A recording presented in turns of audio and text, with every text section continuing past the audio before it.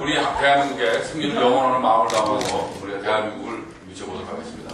대한민국! 대한민국! 대한민국! 대한민국! 대한민국! 오늘은 온 국민이 월드컵에서 세계 최강인 우리 한국팀이 또 하나의 최강인 아르헨티나에게 결코 이겨야 된다 하는 일념밖에 없습니다.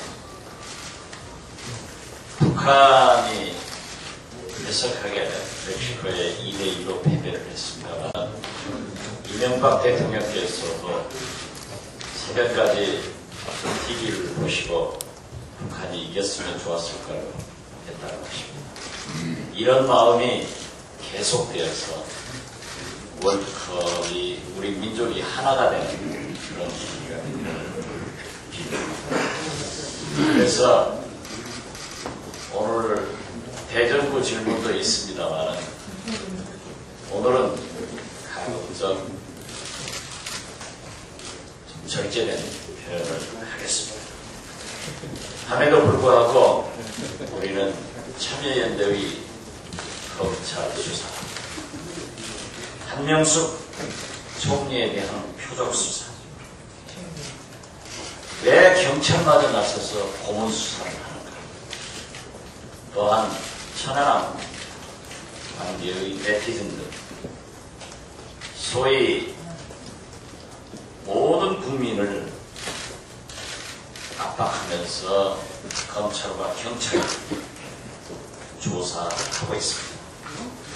이것은 여러 가지 이유가 있겠지만 이명박 대통령의 권력에 대한 편중 인사의 결과라고 생각합니다.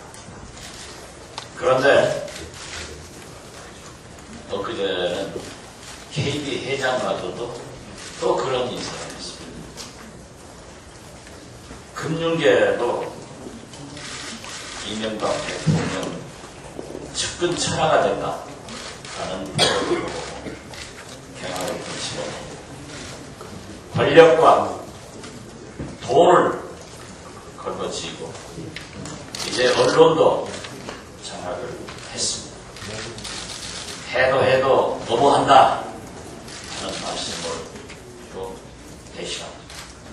그리고 우리 한국 선수들이 우리 국민의 영혼대로 승리해 줄 것을 바라면서 해도 너무하는 이러한 것도 오늘도 끝내주기를 바랍니다. 이상입니다. 예. 전병헌 정책위 의장께서 모두 발언하시겠습니다.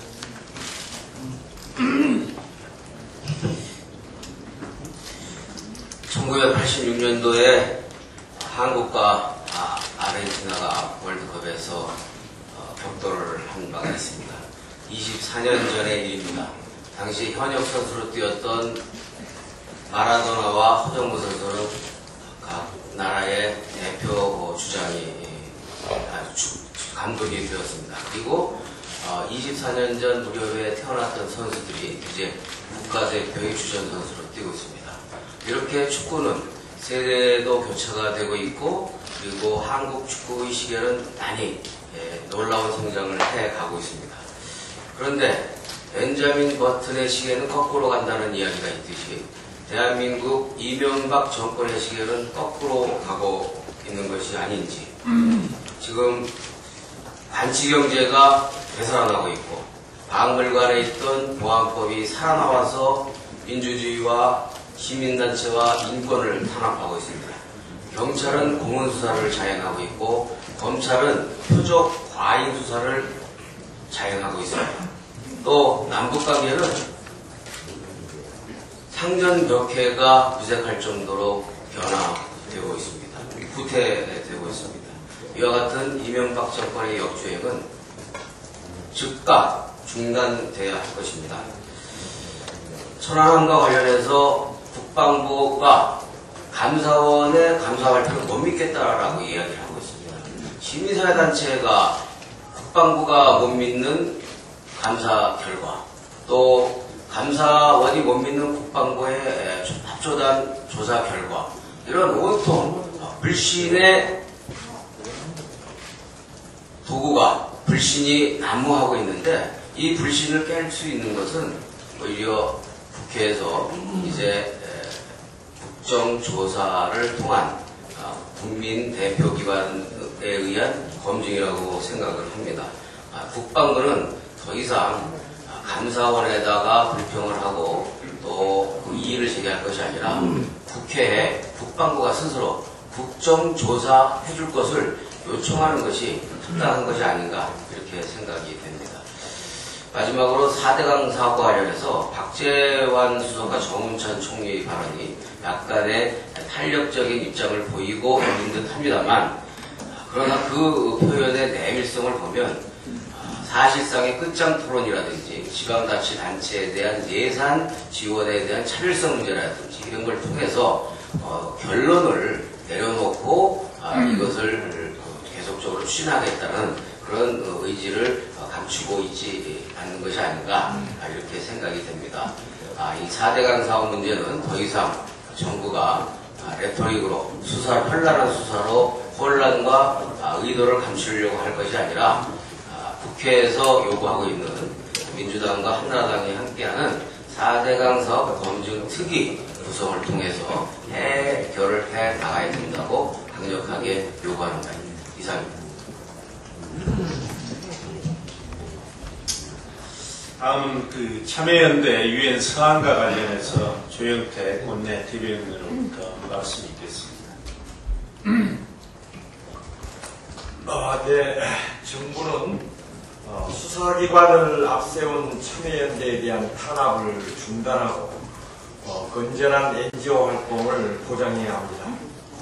참여연대가 유엔 안전보장이사회 이사국들에게 천안함 사고에 대한 입장을 전달한 것에 대해 검찰이 수사의 칼날을 들이대고 있습니다.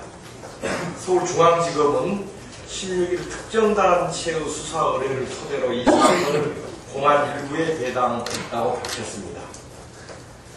참여연대는 유엔 안보리 이사국들에 보낸 의견서에서 천안함 사건 조사 과정과 결과에 대한 정부의 발표가 불충분하다는 점을 지적하고 한반도 평화를 최우선으로 고려한 공정한 판단을 요청하기 위한 것이라고 설명하고 있습니다.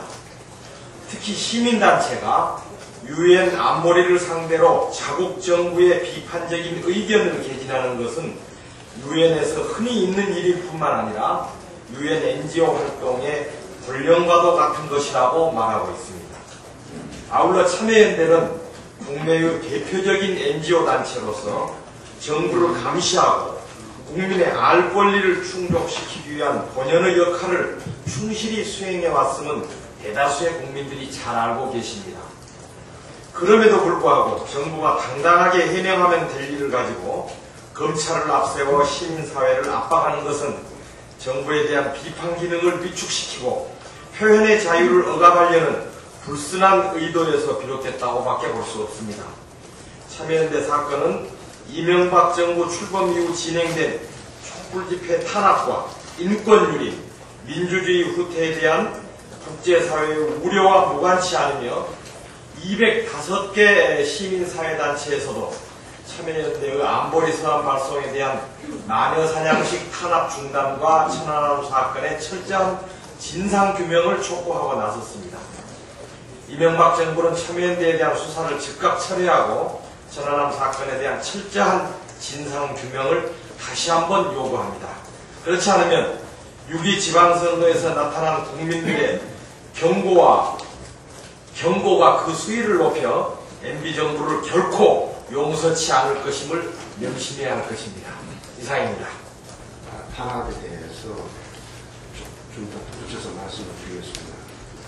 아시다시피 이 정부는 민군 합동조사단에 대한 천안함 진상조사 결과에 대해서 국민들에게 일방적으로 믿으라고만 합니다. 그러면서도 이 국방부나 이 정부는 감사원의 천안함 사건 감사 결과에 대해서는 믿지 못하겠다고 합니다. 감사원의 감사 결과에 대해서는 믿지 못하겠다는 사람들이 자신들의 조사 결과를 믿으라고 합니다. 그러면서 여기에 대해서 문제 제기를 하는 참여연대에 대해서 수사를 하고 탄압을 하는 것은 있을 수 없다고 생각합니다. 참여연대는 그동안 지속적으로 천안함 사건에 대한 이 정부의 진상조사 결과에 대해서 문제 제기해 왔습니다. 국내에서. 그런데 거기에 대해서 일체 무대응으로 나오고 참여연대에 대한 어떤 설득 대화 노력도 없는 상태에서 참여연대가 이제는 국제적인 호소를 할 수밖에 없는 것 아니겠습니까? 그런데 그걸 가지고 이제 와서 문제 삼는다고 하는 것은 정부가 할 일은 안 하면서 정부의 비판적인 인사들, 단체들에 대해서 탄압한다고 하는 지금까지의 일방 통행적 국정 운영을 계속하겠다고 하는 그 연장선상에 있다고 생각합니다.